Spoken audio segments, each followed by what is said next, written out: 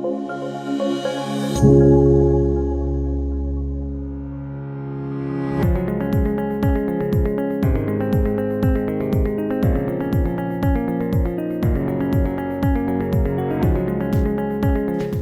gardening is my absolute favorite form of gardening.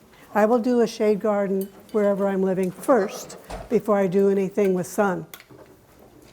But for some, shade garden is a luxury because they just don't have any idea of how to get going. Maybe they live in a desert too. That doesn't help. Or it's a challenge. They just don't know what to do. So don't despair. A shade garden is possible. It needs good design and the right selection of plants, and you can create a wonderful, lush, serene garden that gives you years of pleasure. These are some of the things we're going to talk about today. Define the degrees of shade in a garden, laying out a shade garden, making a shade garden. Containers are really important in a shade garden because they give you opportunities, some pests and diseases in a shade garden, and the best shade plants to get started. And hopefully that's a list at the back of your handout. You should have a two-piece handout, one on landscape design and then with shade gardening. Great. So, determine the various degrees of shade in your garden. How much sun does that area of your garden get and when? That's really important. Morning shade is a very kind, morning sun is a very kind sun to have in a garden. As long as the shade garden is protected from the afternoon sun, you should be happy. The north side usually gets less sun. The south side usually gets more sun in your garden. But sometimes it determines what's going on in your garden if you have sun at all. If you're in a forest, probably not much. So in this photo, you get to use your imagination. In your mind, draw a line from the top left diagonal down to the deck. Everything below the diagonal are shade plants. Everything above the diagonal are sun plants. So that means that sun and shade can exist in the same place, but there are shady parts where you can use shade plants. And what you get is a wonderful mix of plants that all weave together. So the shade plants are the grass, yellow grass, the blue plants on the corners, the heuchera, the burgundy heuchera, and then the sun plants are the two shrubs next to the fence. What affects shade? Changing seasons and the angle of the sun. So we kind of inherently know that winter sun is lower and not as bright or harsh as a summer sun. A summer sun is higher. So depending on if you want spring bulbs to grow, they will grow before the trees leaf out. So you can determine times of sun, times of shade that will work for you. In this photo, all the plants underneath the palms are shade plants. And right next to the house is a shade plant. And yet, look where the banana is, that great big, tall, big-leafed plant. That's the one area of sun in this garden. So shade plants have grassy effects, big leaf effects, little tiny leaves, just like a sun garden has. Trees create shade. I think it's the most kindest sun of all, next to morning sun, is that dappled, filtered light that comes through a canopy. Sometimes you can prune your tree so that you get more of a dappled light. Mountain ash, witch hazel, Japanese maple, they can all be pruned to give you a dappled light so that you can have a shade garden. If grass won't grow, it's a path opportunity. And you can be highly creative. The one in the lower left are wine bottles turned upside down and put in. That could be slippery. You can have mosaics, you can have a wood bridge. Bricks are very icy. When they're icy, they're very slippery. You can use bark dust, mulch. I use quarter minus gravel in my shade gardens from my paths. The other thing when creating a path is you don't want to walk in your garden beds. So if you have a large garden bed, create a path that goes in there so that you can work in your bed without compacting the soil. Because we all know that aeration and drainage are crucial to your plant roots, therefore your plant health, and all the microorganisms. And the microorganisms usually live in the top 6 to 8 inches. So whatever you can do to not compact your soil is important. So when I designed gardens, and I would be working in a client's garden, and in one place it was a farm in Canby, I was working in the back trying to decide where I was going to put the beds and what I was going to put in them. I noticed a dog patrolling the property. Okay, that's a path. Because no matter what I would do, that was his path. So that automatically determined the size of that bed. The dog was happy. The client was happy because there aren't plants being ruined by plants being in the garden path. In another place, and this was in Wilsonville, the owners had a lab. And her 3 or 4 of her girlfriends would come over every morning and they'd romp. So in that backyard when I was working, there were all these kind of figure 8 patterns. I don't know what they were thinking, but it became a very creative way to make a garden bed. So the point is, if you see people walking and making a path, use that. Making a shade garden, the soil is the basis of a healthy plant. So if you're making a new shade bed and you need to add organic matter, you add it to the whole bed. You don't add it to the hole. And those of you who attended Sherry Shung's clay gardening soil will know why. You're creating an interface. Otherwise, just put the mulch, the compost on top and let itself work down. So we know as gardeners that mulch provides many great things. It provides nutrients for the soil, it cools the soil, it smothers weeds, and it prevents soil compaction. So when you're making a bed, any bed, even if this was a sun garden, you had 4 inches on the top. Do not mix into the soil. The definition of mulch is whatever you lay on top. The definition of a soil amendment, or whatever you mix into the soil. So mulch can be a soil amendment, and soil amendment can be mulch. It just depends on how you use them.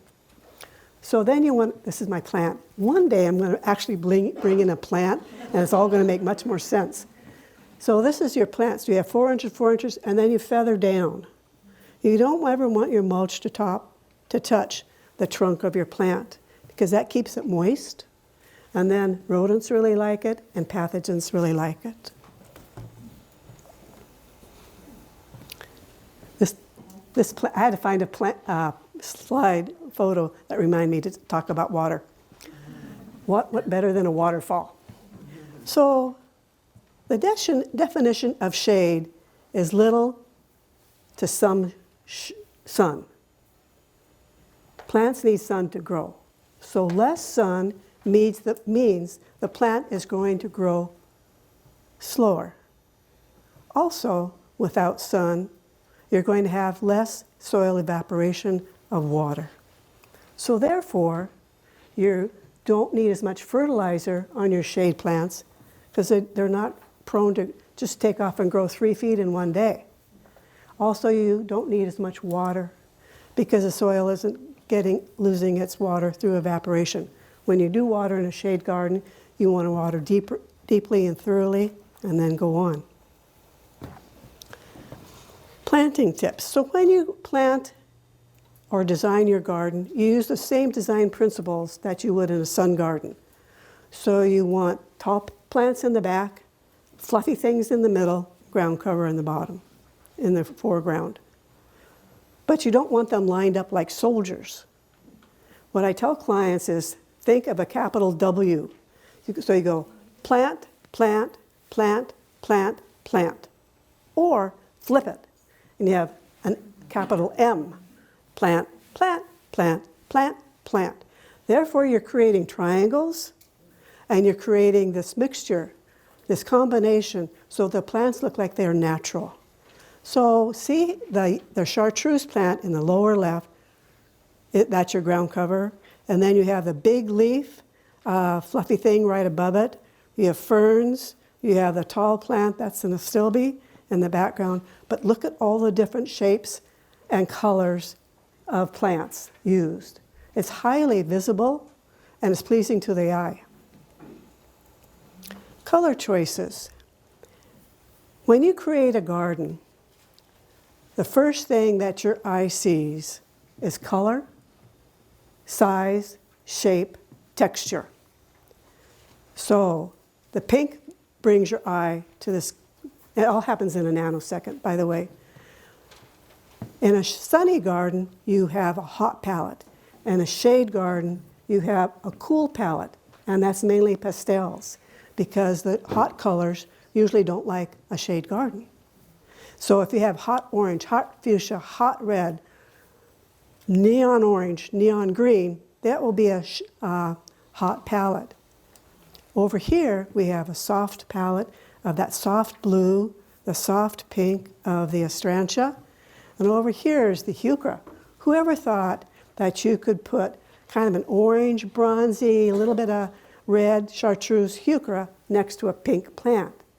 But the reason you can is because in between there's a false Solomon seal with the stripy leaves, variegation, and their soft palette, their soft colors. That's why it all mixed together. So if something's not working, think of the color first. By the way, when you're creating a garden and you're using color, silver, white, lavender, blue, and purple are all transition colors. So say if you were in a sun garden and you wanted to mix a red hot poppy with yellow rudbeckia, if you put purple in between, then your eye doesn't go like this. Look in this garden, it's all purple. Shades of purple, even the birdhouse. This is the one sunny spot in her garden, shade spot in her garden. But look how it all folds together, and it's fun to look at because there's so many colors going on. Down in the lower right, you have chartreuse. That's the lady's mantle. You have clematis in the background and various shades. The one sunny spot, you have a rose on top of the fence. But it all works. It's very interesting. Tapestry in his garden as a designer is something that you're always looking for. And it's the art of weaving plants together so you get a pleasing combination.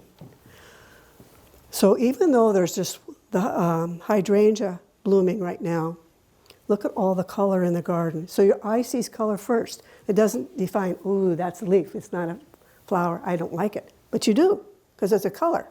So what brings your eye to this plant is the burgundy of the astilbe. And then you flow down to the soft blue of the hellebore down here.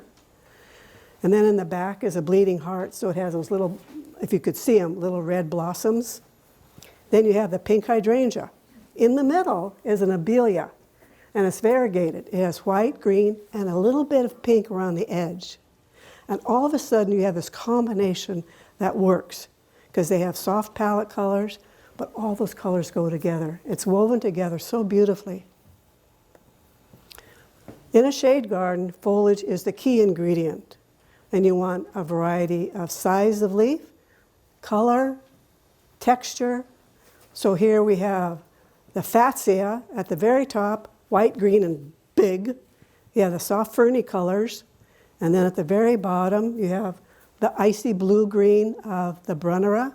I like brunnera because it sends up those really pretty little blue flowers like forget-me-nots, but it never gets powdery mildew like forget-me-not.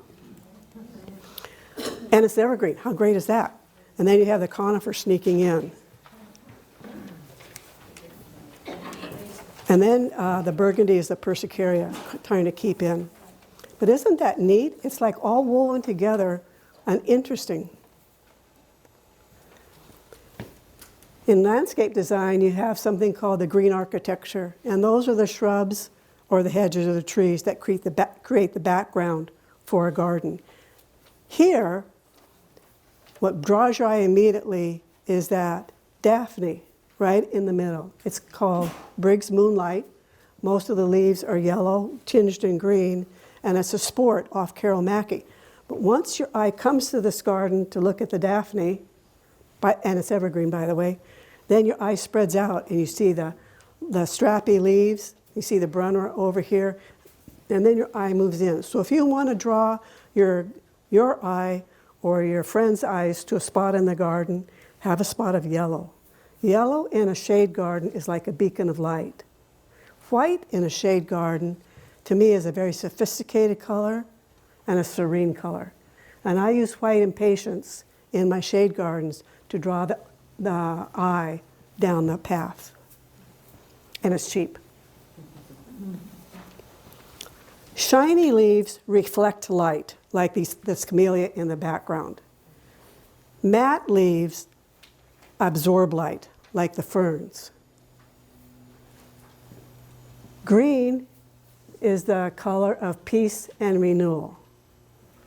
Your eye can see more shades of green than any other color. So that statue is the bird girl, and was made famous in the garden of Midnight in the Garden of Good and Evil. And it's as tall as I am. Behind it are white Casablanca lilies. Now, one normally thinks of Casablancas as needing full sun, but in this garden, that area gets enough sun that it's going to bloom. Okay, think what this picture is going to look like when those white Casablancas bloom around that statue. It's just going to be stunning. It's going to be like a showpiece. This is in my backyard. It used to be full sun. Then the cedar trees behind my property grew up, and now it's morning sun, yay, afternoon shade. So the silver leaf plant is Senecio, and it's called angel wings. For me, it's an annual, and the leaves are soft like velvet. It doesn't bloom. It just stays this beautiful, round, silver mass. Then I put a silver cement leaf behind it and put rocks in it. And but it didn't do anything for me. So I put those two blue balls in there to bring my eye toward it. The variegated plant to the left is an alstroemeria, and it has apricot blooms. So at some point, this all works great. The pictures of my garden were taken in May, just before stuff happens. But don't forget those little moments that enhance a garden. Decorating in a shade garden is as wonderful as decorating in a sun garden. So you have an arbor, you have lattice. This whole picture is all shade plants. Isn't that incredible? Look at the depth. Look at the size of the bed. Look at the different sizes. The only sun is the Japanese lace leaf maple. And it's thriving. But the bird bath and the arbors give it more interest. The hardscape. Containers enhance a garden and give you an opportunity to plant things where something else will not grow. Whether it's a tree stamp or an area where plants go to die, you can put a container there and say, nah. This is my garden looking from north to south. It's part of it. I live in a golf course community, and our houses are 10 feet apart. So that meant I got 5 feet, my neighbor got 5 feet. And I thought it'd be really nice if I could plant all of it. And so she gave me permission, so I get to plant all of it. So the hydrangea is in a container because it's pretty much pure clay here, and I was tired of working with it. Behind it is a clematis with big purple blooms. So when everything is going on, that's my view outside my kitchen. Where the stand is, and I use stands to bring height, because my area of planting is so small, it's very hard for me to have any big plant. So I use stands to bring height to my garden. And I get to plant more stuff, which is really cool. Okay, this is the back half of that. And it's in May, like I said, it had just rained even great, and Sharon Andrews, who's in the back, took these pictures. In this area, and it's about 10 feet, like I said, by about 40 feet, I have 15 containers. I know. I have 32 altogether, so I really like them. Look at this. Who would think of an orange sherbet chair in a shade garden? But what's cool about this picture is that the pillow. Look how it picks up the purple of the clematis, the chartreuse of the grassy thing on the right, the chartreuse or the apple green of the container. You fill it.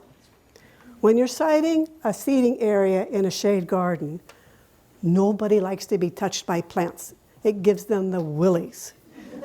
They think something's crawling on them. Also, when you make a path, have a minimum of 3 feet. That lets you walk along comfortably, and if you're carrying garden tools, you can walk through without getting touched. If 2 of you are walking, if Sean and I were walking in a path, you need 5 feet. Unless we're really good friends. Hug each other. Pest in a shade garden. The primary pest is going to be slugs and snails. And plant selection is huge. Most everything in a shade garden they love. You want to water in the morning so that your garden is dry at night. They don't like dry conditions. Clean up your debris because they hide underneath your debris in the day so that the sun doesn't get them. They must be in moist conditions. Or they lay eggs underneath, and you don't want that. Manual removal, barriers, bait. I just said this in my last class, but snails and slugs are hermaphroditic. That means both of them are pregnant after mating. That means both of them can carry, a slug can carry 400 eggs a year, can lay 400 eggs a year, 800 apiece. So you need to bait early and often. I already have slug damage in my garden. Usually I bait throughout the year because this year was particularly mild. Yeah, I don't think they ever slept. Powdery mildew fungus is one of the primary diseases in a shade garden, and I get it on columbine. Sometimes you have marker plants, and that lets you know what's going on in a garden. When my columbine gets powdery mildew, I know that we're changing seasons. We have some nice warm days, cooler nights. I could put a fungicide on it, but it only happens in the fall, and I really don't like to put anything in my garden. I don't have to. So I just cut off the leaves, I don't compost them, and then pretty soon the plant's going to die anyway. So you can get black spot just like on roses. So you need to treat it just like you would a rose with a fungicide as soon as you start seeing it. This plant is called Caria. It's about 4x4 deciduous. It's covered in the summer as a shade plant in yellow blooms. So remember, yellow in a garden brings it's like a beacon of light. Downy mildew is just deadly for normal impatiens or double flowering impatiens. And the lower picture is what happens when it goes through your garden. The top, you turn over the leaf and it's just covered in this powdery mildew. So don't buy ordinary impatiens. Buy sun patiens or New Guinea impatiens. The sun patiens are really cool. They have the neatest colors, and you can put them in full sun, and I do. I had a thought. Oh, the neat thing about New Guineas is that there's burgundy on the leaf and sometimes on the stem, so you get an extra color going on. They're a little bit more expensive, but they're great. Okay, best plants to get started. Creating a shade garden means you're choosing your plants to go in that like shade conditions. The neat thing about reliable plants is you know that they've been tested and grown throughout time and that they will grow for you for a long time. All of these plants are in my garden and I love them all, except Trollius. For some reason, I don't like it, but that doesn't mean you won't. But it has lemon colored flowers in spring and early summer. That's it. Thank you very much.